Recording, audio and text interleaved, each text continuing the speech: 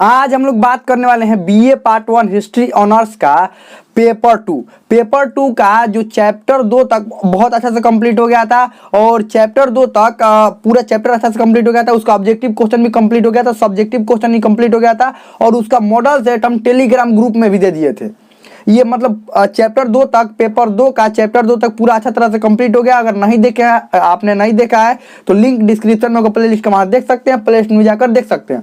अब चलिए समझते हैं हम लोग ये चैप्टर 3 क्या है, भौगोलिक खोज। अब समझिए भौगोलिक खोज के बारे में आप लोग बहुत जानते होंगे कि ये वास्को डी गामा ने 1498 में भारत का खोज किया था, कोलंबस ने 1492 में खोज किया था ये अमेरिका का। ये कैसे आए थे, बार्थोलोमियो डियाज जो बार्थोलोमियो डियाज था वो भी दक्षिण अफ्रीका के दक्षिणतम बिंदु उत्तराखंड द्वीप का खोज किया था। तो ये सब खोज हुआ था, ये सब डेट याद रहता है, लेकिन ये समझना होता है कि आखिर ये खोज हुआ क्यों था। जैसे ये 9th क्लास के एनसीईआरटी में ये सब आपको पढ़ना है कि जो वास्को डी गामा ने भारत का खोज किया था, फिर दिशा सूचक यंत्रों का खोज हुआ, उसके बाद भारत का खोज हुआ ये, और वास्को डी गामा को भारत पहुंचने में अब्दुल माजिद जो था उसने मदद किया था, क्या किया था, ये सब पढ़े होंगे। लेकिन इसमें यह पढ़ना है कि आखिर ये खोज क्यों हुए, और हुआ तो 1492 और 98 में ही क्यों हुआ, उसके पहले खोज क्यों नहीं हुआ। ऐसा क्यों कहा जाता है कि भारत का खोज वास्को डी गामा ने किया, जबकि उससे पहले भी भारत का संपर्क यूरोप से था। यूरोप जानता था कि भारत यहाँ पर है, ये जो स्थल वाला रास्ता है ये पता था। लेकिन ऐसा क्यों कहा जाता है कि ये वास्को डी गामा ने ये भारत का खोज किए, पूरे विस्तार से समझना है। और खोज उसी समय क्यों हुए, उससे पहले भी तो समुद्री रास्ता का खोज हो सकता था। उससे पहले स्पेन पुर्तगाल वाले क्या भारत का समुद्री रास्ता जानते थे? नहीं जानते थे। लेकिन उससे पहले क्यों नहीं खोज किए, खोज उसी समय क्यों हुआ, ये समझना है यहाँ पर कि आखिर उसी समय क्यों हुआ, बाद में क्यों नहीं हुआ या पहले क्यों नहीं हुआ, इसी को समझना है। तो चलिए सबसे पहले समझते हैं। ये कहा जाता है कि भौगोलिक खोज में वास्को डी गामा जो था ये वास्को डी गामा पुर्तगाल से निकलकर भारत पहुंचा। समुद्री रास्ते कहां पर पहुंचा था? केरल के कालीकट बंदरगाह पर पहुंचा था। लेकिन और ये कहा जाता है कि भारत का खोज इसी ने किया था, जबकि खोज का मतलब ये हुआ कि भारत को अभी तक कोई नहीं जानता था, पहली बार यूरोप से परिचय वास्को डी गामा ने करवाया, ये होगा ना। लेकिन ऐसा गलत है, क्योंकि वास्को डी गामा जो था वो भारत का खोज नहीं किया था, भारत आने वाले समुद्री रास्तों का खोज किया था। भारत अब आने वाले समुद्री रास्तों की खोज किया था, ना कि भारत का। भारत का पहचान पहले से यूरोप में था। इसका सबसे पहला प्रमाण देखिए, सबसे पहला प्रमाण की अगर बात करें तो प्राचीन समय में आप हड़प्पा की सभ्यता ये आपको पेपर 1 में हम पढ़ाए थे हड़प्पा के सभ्यता के बारे में। उसमें क्या बताया था कि एक बंदरगाह था जिसका नाम था लोथल, जो कि गुजरात में लोथल बंदरगाह था। लोथल बंदरगाह का मुहर इधर ये ईरान, फारस, उसी को फारस भी बोलते हैं, ईरान और मिस्र, मेसोपोटामिया, ये सारे जगहों का मुहर कहां पर मिला है? लोथल में। और लोथल का मुहर इन सारे जगहों पर मिला है। यानी कि ये प्रमाणित होता है कि भारत से व्यापार पहले भी यूरोप का होता था, प्राचीन समय में भी। ये हड़प्पा के सभ्यता के समय में भी भारत का व्यापार यहाँ से होता था यूरोप से, और यूरोप का व्यापार कहां से होता था? भारत से। यानी कि भारत पहले से ही जानता था यूरोप को, और यूरोप भी भारत के जानते थे। खोजने वाले तो कोनो बातें नहीं है कि भारत का खोज किया गया। भारत का खोज कहाँ किया गया? ये पहले से ही रास्ता पता था। कौन? स्थल वाला रास्ता। ये सब स्थल वाला रास्ता, ये सब जल वाला रास्ता, ध्यान रखिएगा, ये जल है। और एक बात, दूसरा प्रमाण आपको दिखाते हैं। दूसरा प्रमाण ये कहा जाता है कि कनिष्क ने, कुषाण वंश का राजा था जो भारत पर था, कनिष्क जो कुषाण वंश का राजा था, इसने रेशम मार्ग पर कब्जा किया था। कौन से मार्ग पर? रेशम मार्ग। इसने रेशम मार्ग पर कब्जा किया था। और रेशम मार्ग कहां से जाता था? रेशम मार्ग, इसको इंग्लिश में सिल्क रूट बोलते हैं। ये चाइना से होते हुए ये इधर मिस्र, मेसोपोटामिया और इधर मिस्र के तरफ, ये मिस्र और यूरोप के तरफ रेशम का व्यापार होता था चीन से कहा? चीन से व्यापार होता था रेशम का इधर यूरोप के तरफ। यानी उस समय भी यूरोप वासी भारत को भी जानते थे। अब जब रेशम मार्ग पर कनिष्क ने कब्जा कर लिया तो भारत को भी जानते थे वो लोग। और किसको जानते थे? चाइना को भी। ये बढ़िया से ये सब परिचित थे। और आगे बढ़ते हैं। तीसरा प्रमाण कि भारत को, देखिए ये प्राचीन समय में हुआ, ये बीच में हुआ, और एक और आधुनिक, आपको मध्यकालीन समय कहीं एक और प्रमाण बताते हैं। इसको मार्को पोलो का नाम सुने होंगे। मार्को पोलो मार्को पोलो जो था वो 1271 में, कब 1271, ये 1271 में ये आया, 1271 ईस्वी में ये आया था चीन। मार्को पोलो वेनिस का निवासी, जो कि वेनिस इटली का निवासी था ये मार्को पोलो। और कहां पर आया था ये आया था यहाँ पर चीन में। कहां पर आया था? चीन में। चीन से फिर भारत भी आया था, भारत में घूमने के लिए ये आया था। कौन? Marco Polo. अब मार्को पोलो भारत आया कब? 1271 की बात कर रहे हैं। तो 1271 में जब भारत आया, और चीन तो यूरोप का तो संपर्क था ही, यानी यहां से ये सभी लोग जानते थे कि कौन को प्रमाण बताए। पहला, प्राचीन समय में भारत का संपर्क था यूरोप से, कोई दिक्कत नहीं था, सब जानते थे यूरोप वाले कि यहाँ पर भारत में मसाला, भारत से मसाला बहुत ज्यादा लेकर जाते थे, मसाला। और यहाँ चाइना से रेशम लेकर जाते थे, चीनी मिट्टी के बर्तन लेकर जाते थे। कौन? यूरोप वाले, और अपने देशों में बेचते थे। भारत और चाइना का महत्व समझते थे यूरोप वाले कि भारत और चाइना से जितना संपर्क रहेगा अधिक और हम लोग का व्यापार में फायदा होगा। तो मार्को पोलो जब 1271 में चीन पहुंचा, तो उस समय वहां का राजा जो था कुबलाई खा था। कौन था? कुबलाई खा, चीन का राजा था। चीन का राजा कुबलाई खा था, कुबलाई खा। इसने ठीक ठाक स्वागत किया। किसका? मार्को पोलो का स्वागत किया। जब पता चला चीन के राजा कुबलाई खा को मार्को पोलो यूरोप से आया हुआ है, तो बहुत अच्छा स्वागत किया मार्को पोलो का। और मार्को पोलो कहा कि देखिए जहां जहां आपको घूमना है चाइना में ना, घूमिए, कोई दिक्कत नहीं है। मार्को पोलो ने पहली बार कागज देख लिया चीन में। चीन में क्या देख लिया? कागज। और कागज का नोट भी पहली बार देखा था मार्को पोलो। कहां पर? चीन में। ये देख लिया कि कागज यहां पर चल रहा है और कागज के नोट से व्यापार हो रहा है। इससे पहले मार्को पोलो ये जानता था कि सिर्फ सिक्का, मुद्राएं लेकर व्यापार होता था, कि सोना और चांदी के मुद्राएं लेकर सामान खरीदा जाता था। लेकिन ये देखा यहाँ पर कि अरे तो कागज के नोट से यहाँ पर व्यापार हो रहा है और कागज चल रहा है, कागज पर लोग लिख रहे हैं। ये पहली बार ये देखा। कौन? Marco Polo. और बहुत सारी चीजें ये चाइना में देखा, जो पहली बार ये देख रहा था। जब ये वापस मार्को पोलो 17 वर्ष बाद जब वापस लौटा, कहां पर? ये यूरोप वापस लौटा, तो सारे जगहों पर ये बात फैला दिया कि भारत और चीन को हम जितना कम समझते हैं कि ये इतना कम विकसित है, कम विकसित नहीं है, बहुत ज्यादा विकसित है। यहां से बहुत सारी चीजों का हम लोग व्यापार कर सकते हैं। तो उधर से यूरोप वाले क्या चले आए? चीन, भारत। चीन से चीनी मिट्टी का बर्तन, किस चीज के बर्तन? चीनी मिट्टी का बर्तन। और मुख्य रूप से चीनी मिट्टी का बर्तन और रेशम, दो चीजों का व्यापार करते हैं। ऐसे चाय का भी व्यापार, लेकिन मुख्य रूप से चीनी मिट्टी का बर्तन और रेशम का व्यापार बहुत अधिक करने लगे। कहां से? यूरोप से आकर। जब ये पता चला, ये जब मार्को पोलो वापस पहुंचा ना, तब ये आकर व्यापार करने लगा बहुत भारी मात्रा में। भारत में भी व्यापारी आते थे मसाला खरीदने के लिए, और चीन में भी चीनी मिट्टी के बर्तन और रेशम खरीदने के लिए आने लगे। एक बात पता है आप लोगों को, सभी लोग चीनी मिट्टी के बर्तन देखे होंगे ना, उसको चीनी मिट्टी का बर्तन ही क्यों कहा जाता है?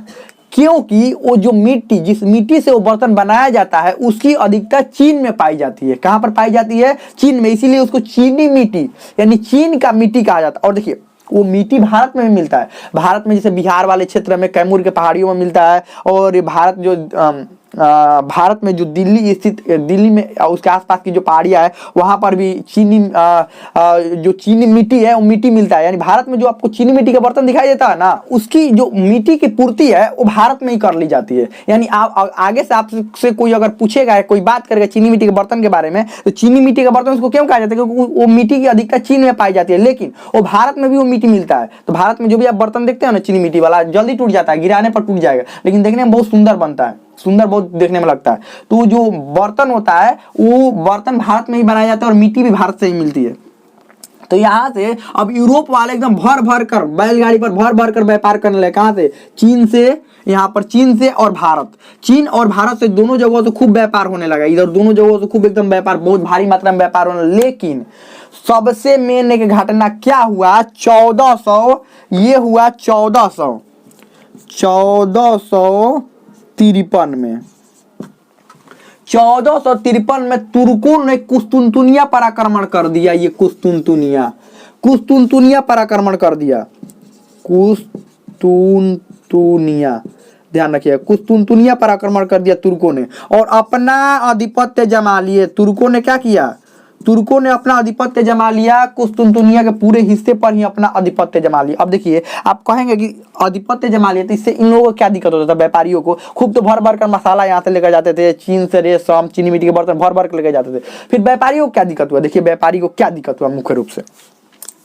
अब क्या करने लगे तुर्क? ये तुर्क बोलने लगे कि देखो एगो रास्ते है जाने का इधर, इधर से यूरोप में जाने के ये गो रास्ते है, ये भारी मात्रा में टैक्स लेने लगे कि हमारे रास्ता से जाना है तो आपको क्या देना पड़ेगा, टैक्स देना पड़ेगा। और बहुत ही भारी मात्रा में टैक्स। अब भारी मात्रा में टैक्स क्यों लगाए, क्योंकि इनको पता था तुर्कों को कि इस रास्ते के अलावा कोई और रास्ता जाने का है ही नहीं, आप यूरोप में जाएंगे कैसे। ये भी पता था कि भारत से जो मसाला ये चीन से चीनी मिट्टी के बर्तन लेके जाते हैं, इससे बहुत फायदा होता है, बहुत फायदा होता है। तो बहुत भारी भारी टैक्स लगाने लगे, जिसके कारण यूरोप के व्यापारियों की हालत खराब होने लगी और लड़ाई होने लगा। यहाँ पर व्यापारियों और इन लोगों में लड़ाई होने लगा। ये लोग व्यापारी परेशान, लड़ाई करेंगे क्यों, व्यापार करेंगे, यही नहीं समझ में आ रहा था।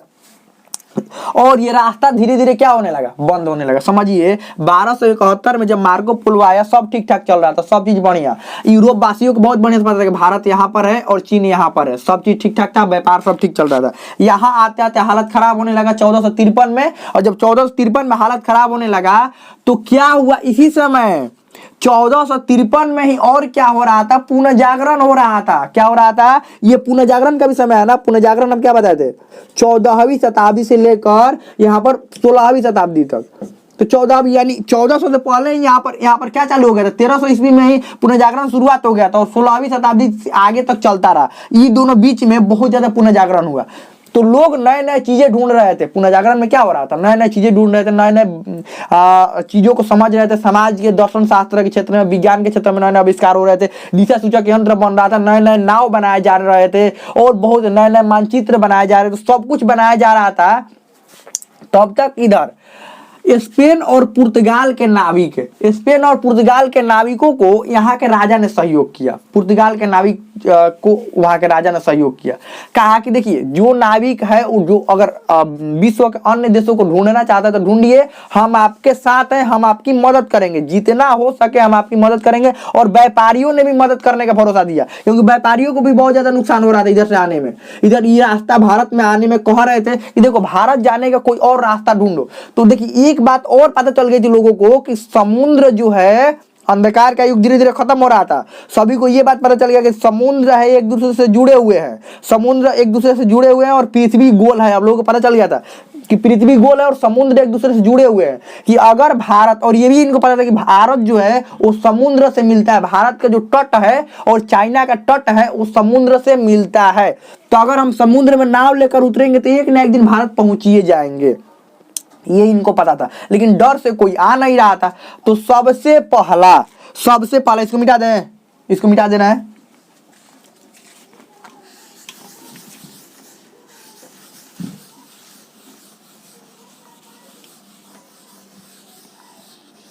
सबसे पहला बार्थोलोमियो डियाज। सबसे पहला कौन, बार्थोलोमियो डियाज। समझिए बार्थोलोमियो डियाज,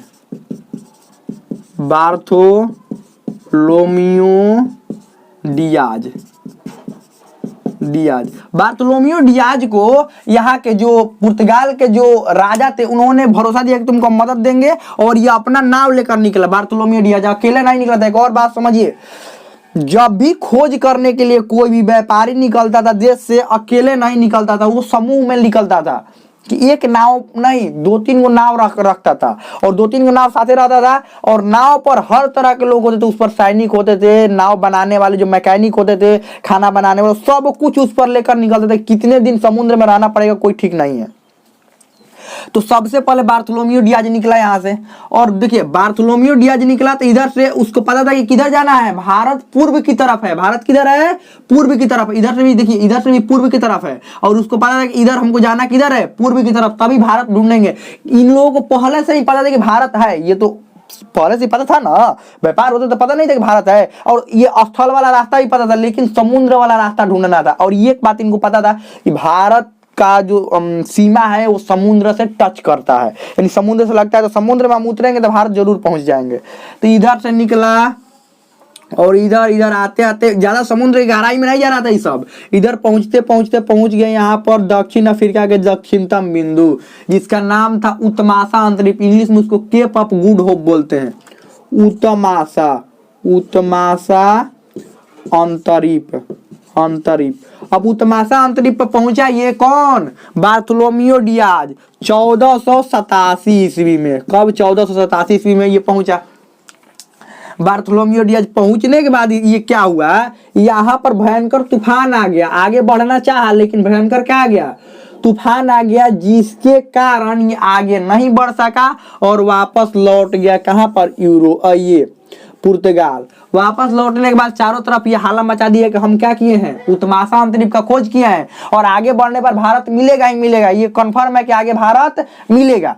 तब यहां से एक और निकला, उसका नाम था कोलंबस। कौन था? कोलंबस। कोलंबस।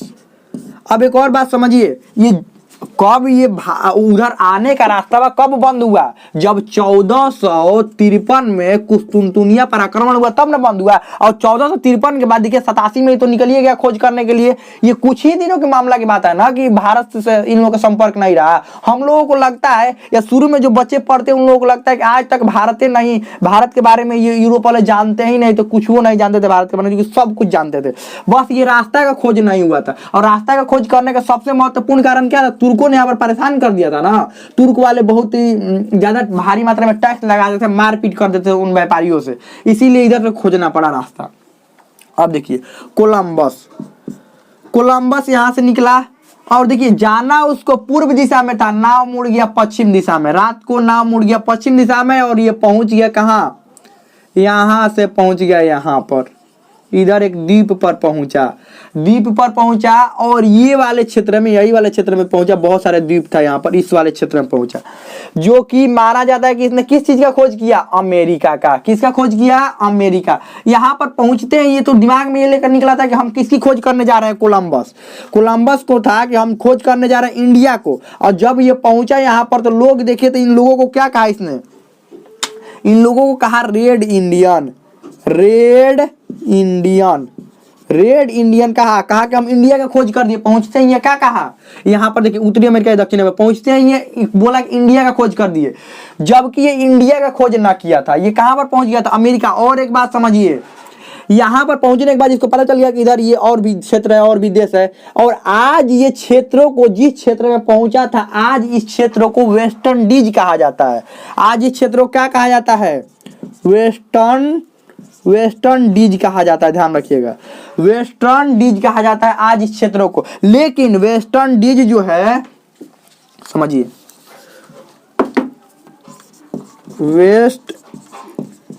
वेस्ट इंडीज जो है ये कोई देश नहीं है, 15 कैरिबियाई देशों का एक समूह है। आप क्रिकेट में खेलते हुए देखते होंगे कि वेस्ट इंडीज खेल रहा है, तो वेस्ट इंडीज एक देश नहीं है, इसमें 15 गो देश है। कितने देश है? 15। और सबसे बड़ा देश क्यूबा है, ध्यान रखिएगा। सबसे बड़ा देश क्या है? क्यूबा है, वो हैती है और भी बहुत सारे, इसमें 15 को कुल मिलाकर देश है। और इसी क्षेत्र की देश है, सभी इसी क्षेत्र की देश है ये 15 को। इसीलिए आप वेस्ट इंडीज ढूंढेंगे गूगल मैप पर, वेस्ट इंडीज कहाँ है, इसमें मिलवे नहीं करेगा। क्यों नहीं मिलेगा? कि वेस्ट इंडीज बस एक ही जगह पर आपको दिखेगा, वो क्रिकेट खेलते समय। फुटबॉल में सब अलग अलग हो जाते हैं, ये 15 जो देश है ये अलग अलग हो जाता है फुटबॉल में, और लेकिन ये क्रिकेट में सब क्या रहते हैं? साथ है। तो ये कौन खोज किया था? ये कोलंबस पहुंच गया था यहाँ पर, रेड इंडियन। और ये अभी इस क्षेत्र को क्या कहा जाता है? वेस्टर्न डीज कहा जाता है, ध्यान रखिएगा, वेस्ट इंडीज। और वेस्ट इंडीज एक देश नहीं है, 15 कैरिबियाई देशों का एक समूह है जो सिर्फ क्रिकेट के समय आपको दिखेगा, बाकी कभी नहीं दिखेगा कहीं पर भी। आप फुटबॉल के समय वेस्ट इंडीज कहीं पर भी नहीं दिखेगा, बस एक समय दिखता है क्रिकेट के समय। 15 को देश समूह बना लेते हैं और उसी के खिलाड़ी आते हैं सब 15 देश से और खेलते हैं, जिस टीम का नाम रख दिया गया है वेस्ट इंडीज। और इन लोगों को देखिए, ये लोग जो है बस एक क्रिकेट के समय पर दिखाई देते हैं। तो किसने खोज किया? कोलंबस। और वापस आकर, अभी कोलंबस को पता नहीं कि इंडिया नहीं है, वापस आकर इधर खूब शोर मचा दिया, हम किसका खोज कर लिए हैं? इंडिया का खोज कर लिया। किसका खोज कर लिया? इंडिया का खोज कर लिया, खूब शोर मचा दिया। लेकिन लोगों को भरोसा नहीं हुआ कि ये इंडिया का खोज किया है। फिर यहाँ से पुर्तगाल से ही एक नाविक निकलता है, जिसका नाम क्या है? जिसका नाम है वास्को डी गामा। कौन था? Vasco D gamma. Vasco D gamma निकलता है यहाँ से। और ये खोज कब किया था? कोलंबस 1492 ईस्वी में खोज कर दिया। अब ये यहाँ से आगे बढ़ा, यहाँ तक तो पता था कि यहाँ तक आना है। जब ये दक्षिण अफ्रीका के दक्षिणतम बिंदु पर पहुंचे, यहाँ तक तो इसका रास्ता पता था। यहाँ पर भारत का एक व्यापारी मिल गया जिसका नाम था अब्दुल माजिद। ये अब्दुल मजीद मिल गया, तो लो इसका काम हो गया किसका, वास्को ड गामा का। वास्को ड गामा पता कर रहा था कि भारत कैसे आना है, तो ये अब्दुल मजीद मिल गया। इसने कहा कि देखो एकदम सीधे सीधे चले जाओ, भारत पहुंच जाओगे। कहां पर पहुंच जाओगे, भारत पहुंच जाओगे। तो यहाँ से ये निकला वास्को ड गामा और यहाँ पर पहुंच गया, केरल के कालीकट बंदरगाह पर पहुंचा। और यहाँ के राजा जामेरिन, राजा कौन था, जामेरिन, जामेरिन, राजा को जामेरिन कहा जाता था। जामेरिन यहाँ पर पहुंचते ही राजा, और देखिए ये जो वास्को डी गामा पहुंचा था ना, एकदम एकदम बढ़िया सा सूट पहनकर पहुंचा था, जैसे एकदम बढ़िया से एकदम सब टाई वाई सब एकदम टाई बेल्ट सब कुछ बढ़िया से एकदम जैसे एक सैनिक होता है ना, एकदम अपने पोशाक में अपने ड्रेस में वैसे पहुंचे थे। यहाँ के जो राजा को सूचना दिया गया कि देखिए एक बाहर से एक नाविक आया हुआ है। तो जब ये आया तो ये बताया इधर वास्को डी गामा कि हम आए हैं यूरोप से। तो पहले से भी भारत को यूरोप के बारे में पता था। तो इसने कहा कि देखिए हम समुद्री रास्ता का खोज कर दिया, समुद्री रास्ता से लेकर आए हैं, समुद्री रास्ता से मतलब आए हैं। तो यहाँ के राजा भी खुश हुए और इसका बढ़िया स्वागत किए, किसको, वास्को ड गामा का बढ़िया स्वागत किए। और स्वागत करने के बाद इसने कहा कि देखिए हम मसाला लेने के लिए मुख्य रूप से आए हैं, यहाँ से व्यापार करना चाहते हैं। और इस रास्ते से देखिए, इस रास्ते से अगर व्यापार होगा तो कोई बीच में कोई आता नहीं है। इधर बहुत सारे आपको पता ही है, यहाँ के राजा को भी पता था कि बीच में ये तुर्की वाले रोक लेते हैं। तो यहाँ से ये मसाला लाद कर लेकर गया, क्या लाद कर लेकर गया, मसाला। और देखिए 26 गुना दाम पर, कितना गुना, अब कहीं कहीं आपको 64 भी मिलेगा, ध्यान रखिएगा, 26 और 64, कहीं कहीं मिलेगा 64 गुना दाम पर बेचा और कहीं कहीं मिलेगा 26 गुना दाम पर बेचा। तो हम लोग मानते हैं 26 गुना, चलो ऐसे 64 गुना भी रहेगा, 26 गुना हम लोग मान लेते हैं, चलिए 26 गुना। 26 गुना दाम पर यहां से ले जाकर क्या किया, बेचा यूरोप के बाजारों में मसाला। और यहां से जब 26 गुना दाम पर ले जाकर बेचा, तो अब यूरोप में ये भी अपना शोर मचाया कि हम भारत का खोज किए हैं। अब बताइए, ये कह रहा है वास्को डी गामा कि हम भारत का खोज किए यहाँ पर पहुंचकर, और ये कोलंबस है कि मानिए नहीं रहा है, ये कह रहा है कि हम खोज किए हैं, ये भारत है, और ये कह रहा है चिल्ला चिल्ला कर नहीं हम इधर भारत का खोज किए हैं। तब यहाँ से एक और नाविक निकलता है जिसका नाम है अमेरिगो वेस्पुची। क्या नाम है इस नाविक का, क्या नाम है इस नाविक का, नाम है अमेरिगो, दिखाई दे रहा है ना, अमेरिगो वेस्पुची ये निकलता है इधर। अब ये निकलता है, दोनों को बात को पलेथी करने के लिए दोनों कौन सही बोल रहा है। वास्को डी गामा कह रहा है कि हम भारत का खोज किए, ये मानिए नहीं रहा है। कोलंबस कह रहा है नहीं हम भारत का, रेड इंडियन ये है, ये कह रहा है कि नहीं भारत इधर है, हम खोज करके आए हैं, यहाँ से मसाला भी लेकर आए हैं। तो ज्यादा प्रामाणिक तो इसी का लग रहा था वास्को डी गामा का। फिर भी अमेरिगो वेस्पुची, ध्यान रखिएगा, ये नाविक इधर से निकला और यहाँ पर पहुंचा, यहाँ नदी के में जाना था, यहाँ पर पहुंचा। यहाँ पर जाकर पहुंचा तब देखा कि नहीं ये तो भारत नहीं है। बढ़िया से यहाँ के लोगों से बातचीत किया तो कहा कि नहीं भारत नहीं है ये। अब यहाँ से बातचीत करने के बाद यहाँ वापस फिर यूरोप लौटा और यहाँ पर बताया कि नहीं देखिए जो कोलंबस ने खोज किया है वो भारत नहीं है, वह एक नई दुनिया है। क्या है, नई दुनिया है। और अमेरिका को इसीलिए नई दुनिया कहा जाता है, ध्यान रखिएगा। इसने कहा कि यह क्या है, नई दुनिया, 9th क्लास में पढ़े होंगे, तो अमेरिका को नई दुनिया कहा जाता है कि हाँ कोलंबस ने खोज तो किया है, भारत का नहीं किया है, ये नई दुनिया का खोज किया है। किसका खोज किया है, नई दुनिया का, ध्यान रखिएगा, नई दुनिया का खोज ये किया है। तो अभी तक तो समझ में आ गया। यहाँ से ये निकला।